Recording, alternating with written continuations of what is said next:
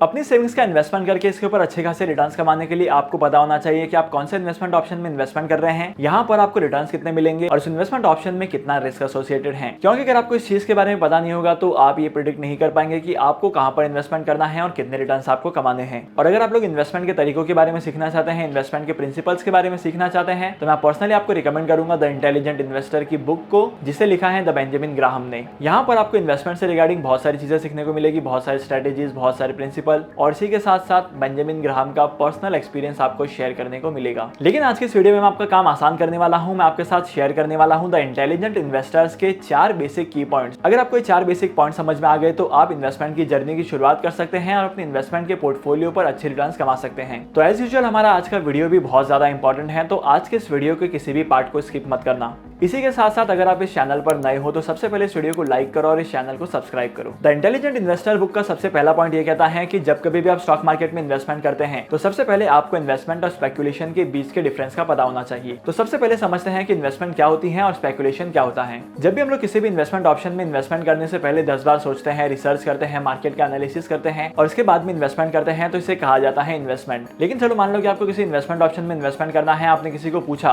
और उसने बताया कि इस पर्टिकुलर इन्वेस्टमेंट ऑप्शन में इन्वेस्टमेंट करो, इस पर्टिकुलर शेयर में इन्वेस्टमेंट करो। आप वहां पर इन्वेस्टमेंट कर देते हैं विदाउट रिसर्च किए। अब जिस इन्वेस्टमेंट ऑप्शन में आपने इन्वेस्टमेंट किया है उस इन्वेस्टमेंट की वैल्यू बढ़ेगी या नहीं बढ़ेगी, इसके 50-50 चांसेस होते हैं। और सबसे खास बात तो यह है कि आपको पता ही नहीं होता है कि कब बढ़ेंगे और कब कितना प्रॉफिट होगा। आसान भाषा में कहा जाए तो जब भी आप किसी भी इन्वेस्टमेंट ऑप्शन में इन्वेस्टमेंट करने से पहले रिसर्च करते हैं, इसे हम लोग कहते हैं इन्वेस्टमेंट। लेकिन वहीं पर अगर आपने किसी की बातों को सुन के इन्वेस्टमेंट किया है तो इसे हम लोग स्पेकुलेशन कहते हैं। मतलब यहाँ पर चांसेस प्रोबेबिलिटी पर होते हैं। अगर प्रोबेबिलिटी सही निकलती है तो आपको रिटर्न्स अच्छे मिलेंगे, अगर आपकी प्रोबेबिलिटी सही नहीं निकलती है तो आपको लॉस होते हैं। तो किसी भी इन्वेस्टमेंट ऑप्शन में किसी भी कंपनी के शेयर्स में इन्वेस्टमेंट करने से पहले आपको 3 चीजें करनी है। सबसे पहली बात, जिस किसी भी कंपनी के शेयर्स में आप इन्वेस्टमेंट करने जा रहे हैं या जिस किसी भी इन्वेस्टमेंट ऑप्शन में आप इन्वेस्टमेंट करने जा रहे हैं, आपको ये पता होना चाहिए कि किसी पर्टिकुलर इन्वेस्टमेंट ऑप्शन में इन्वेस्टमेंट करके आप कितने रिटर्न्स कमा सकते हैं, यहाँ पर आपको कितने टाइम पीरियड के लिए इन्वेस्टमेंट करना पड़ेगा और इसी के साथ साथ आपने जिस अमाउंट का इन्वेस्टमेंट किया है उस अमाउंट की सेफ्टी कितनी है, मतलब कितना सेफ एंड सिक्योर है आपका इन्वेस्टमेंट। अगर आप पोस्ट ऑफिस की स्कीम में इन्वेस्टमेंट करते हैं तो वहां पर आपको 7% के आसपास का रिटर्न मिलता है, प्लस प्रिंसिपल की सेफ्टी होती है। सिमिलरली ऐसे ही आपको चेक करना है किसी भी इन्वेस्टमेंट ऑप्शन में। तीसरी इंपॉर्टेंट चीज आपको ये पता होना चाहिए कि आप जिस इन्वेस्टमेंट ऑप्शन में इन्वेस्टमेंट कर रहे हो उसके ऊपर कितने रिटर्न्स कमाने को मिलेंगे और कितने टाइम पीरियड के लिए आपको इन्वेस्टमेंट करना पड़ेगा। क्योंकि अगर आपको इन सारी चीजों के बारे में पता नहीं होगा तो आप इन्वेस्टमेंट कहां करोगे, कितने टाइम पीरियड के लिए करोगे, आपको कितने रिटर्न मिलेंगे, इसका प्रेडिक्शन भी नहीं लगा पाओगे और आप अपने इन्वेस्टमेंट के गोल को भी फुलफिल नहीं कर पाओगे। इसके बाद इंटेलिजेंट इन्वेस्टर्स का सेकंड कंसेप्ट कहता है द मिस्टर मार्केट के बारे में। इस बुक के हिसाब से मिस्टर मार्केट का मूड हमेशा चेंज होते रहता है। अगर मार्केट का मूड अच्छा है तो मार्केट में शेयर्स की परफॉर्मेंस, आपके इन्वेस्टमेंट की परफॉर्मेंस अच्छी होगी। लेकिन अगर मार्केट का मूड सही नहीं है तो यहाँ पर आपको बहुत सारे लॉसेस हो सकते हैं।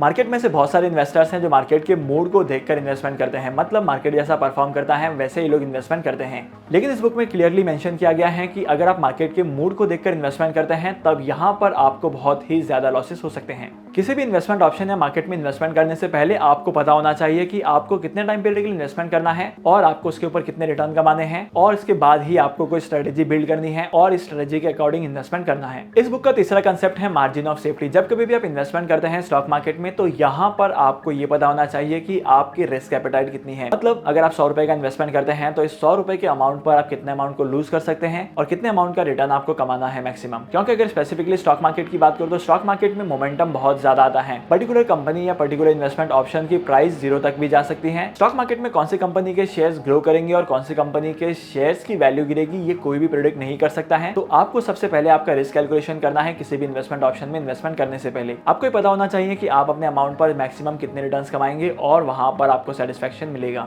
इस बुक का फोर्थ कांसेप्ट कहता है कि आपको कभी भी आईपीओ में इन्वेस्टमेंट नहीं करना चाहिए। इसके पीछे का लॉजिक ये भी है कि अगर आप आईपीओ के शेयर्स में इन्वेस्टमेंट करते हैं, पास्ट में कंपनी ने कैसा परफॉर्म किया था, यहाँ पर कंपनी फ्यूचर में कैसे रिटर्न जनरेट करेगी और इसी के साथ साथ कंपनी की जो वैल्यूएशन है वो ज्यादा है कि कम है। एक बार किसी कंपनी का शेयर मार्केट में आ जाए तो उसके बाद उस कंपनी के शेयर्स में आप इन्वेस्टमेंट कर सकते हैं बेझिझक, क्योंकि यहाँ पर आपको पता चलता है कि कंपनी के शेयर्स मार्केट में आने के बाद कैसा परफॉर्म कर रहे हैं, उस पर्टिकुलर कंपनी का पी रेशियो क्या है और इसी के साथ साथ कंपनी ओवर वैल्यूड है कि अंडर वैल्यूड है। हर एक चीज को डिटेल में जानने का मौका मिलता है। और इसी के साथ साथ और प्रीवियसली इंडिया के स्टॉक मार्केट में ऐसी बहुत सारी कंपनीज के आईपीओ आए हैं जो लिस्टिंग के दिन से ही गिरने लगे थे। तो आईपीओ में इन्वेस्टमेंट करने में सबसे ज्यादा रिस्क होता है। अगर आप एक इंटेलिजेंट इन्वेस्टर बनना चाहते हैं और अपने इन्वेस्टमेंट के स्टेक पर अच्छे खासे रिटर्न्स कमाना चाहते हैं तो आपको यहाँ पर इन सारी चीजों के बारे में पता होना चाहिए। होप करता हूँ कि आज की वीडियो का कंटेंट आपको वैल्यूएबल लगा होगा। अगर आपने आज के इस वीडियो से कुछ नया सीखा है तो इस वीडियो को लाइक करना, शेयर करना इसी के साथ साथ, और अगर आप इस चैनल पर पर नए हैं तो इस चैनल को सब्सक्राइब करो और इस वीडियो को लाइक करो। मैं आपको मिलूंगा अगली वीडियो में नए टॉपिक के साथ, एक इंटरेस्टिंग टॉपिक के साथ। तब तक के लिए signing off, happy investing and good bye.